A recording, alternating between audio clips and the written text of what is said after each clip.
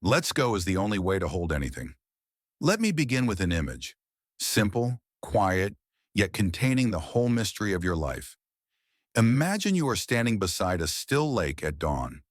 The early light has not yet chosen a direction, so it floats in the air like soft breath. You kneel down, reach your hand into the clear water, and lift it slowly. If your hand is open, relaxed, the water gathers in your palm effortlessly. But the moment you try to hold it, to secure it, to make sure it doesn't escape, the water slips through every tense gap between your fingers until nothing remains. This is the essential paradox of existence. You only truly hold what you do not try to grasp. Life behaves like water. It flows where it will. It never stays where it is forced. And yet we humans spend most of our lives trying to do exactly that. Forcing, clinging, controlling, shaping the world by sheer effort of will. We hold our relationships tightly, afraid they may change or drift. We hold on to youth as though time were an adversary we could outrun. We hold on to our plans as if the universe were obligated to obey them.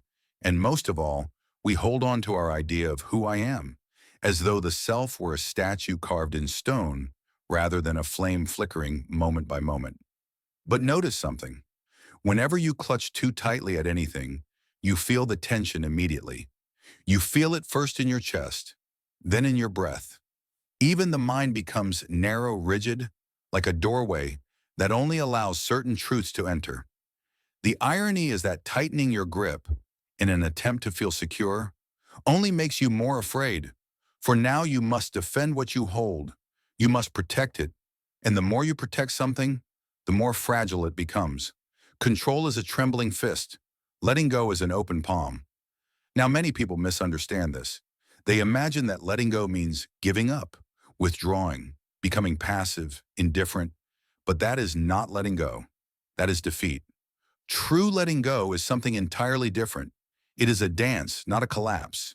It is an alignment with life's natural movement, not an escape from responsibility. When you let go, you are not dropping out of life. You are stepping into it with a new kind of trust. You begin to sense that reality has its own rhythm, a tide that moves not according to your demands, but according to a deeper intelligence. When you stop resisting this tide, you discover something profoundly relieving. Life has never been against you. It is simply larger than you imagined.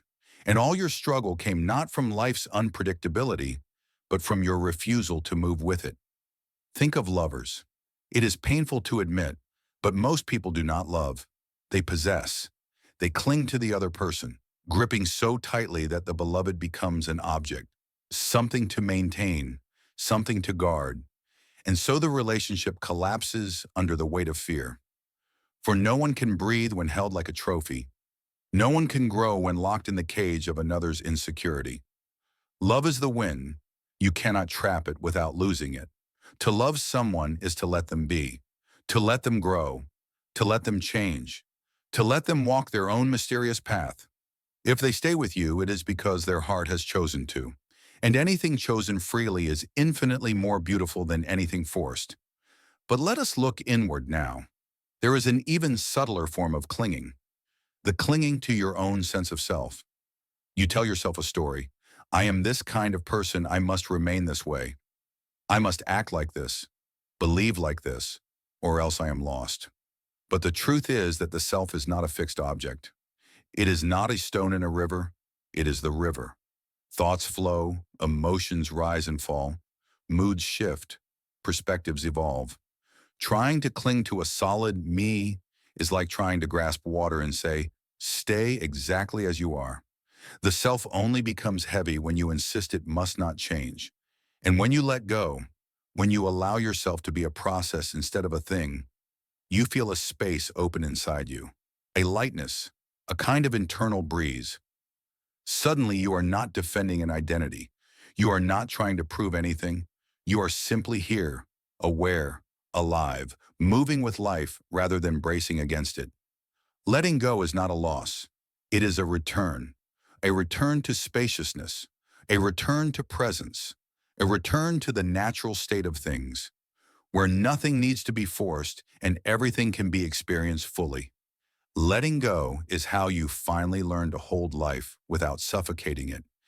And now let us wander a little deeper into this territory of letting go, not as a concept, but as an experience that unfolds inside your very being. For if you listen closely, you will notice that life itself is always inviting you to release. Every breath you take is a lesson. You inhale, and the air arrives effortlessly. You exhale, and the air leaves without resistance. If you tried to cling to the inhale, to hold it, to keep it, to possess it, you would suffocate. Breath is only possible because of this rhythm of acceptance and release. You do not force it. You do not manage it. It happens because you allow it to happen. Letting go is the exhale of the soul. But human beings, clever as we are, have the peculiar habit of holding on to what was meant to move through us. We hold on to emotions long after their natural lifespan.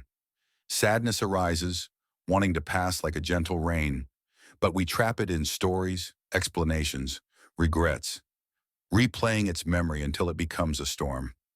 Anger flares for a moment, wanting only to be felt, but we grab it by the tail and drag it through days, weeks, even years.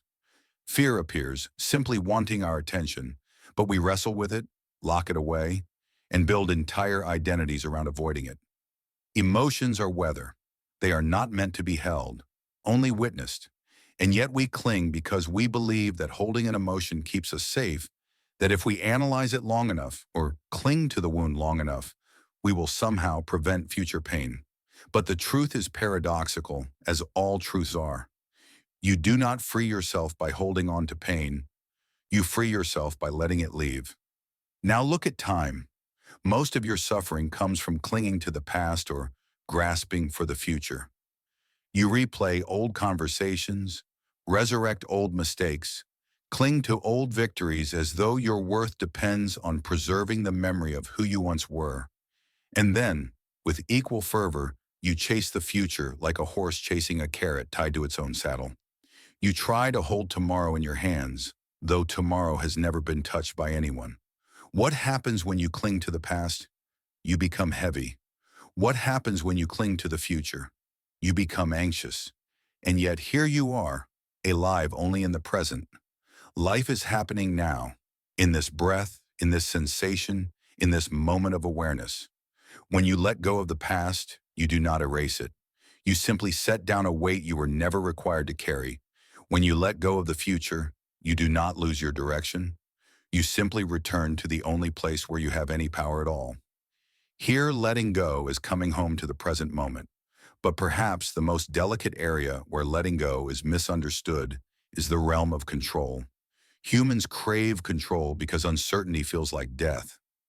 If you cannot predict what will happen, you feel as though the ground beneath your feet might vanish, and so you tighten your grip on everything, on people, on plans, on outcomes, on emotions, believing that if only you squeeze hard enough, nothing will go wrong.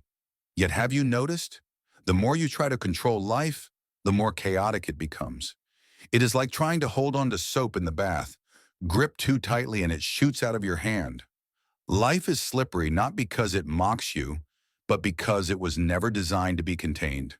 When you try to control everything, you turn life into a battlefield of resistance.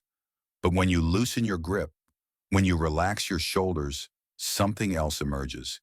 A quiet intelligence, a natural unfolding, a sense that life has been guiding you long before you learn the word control.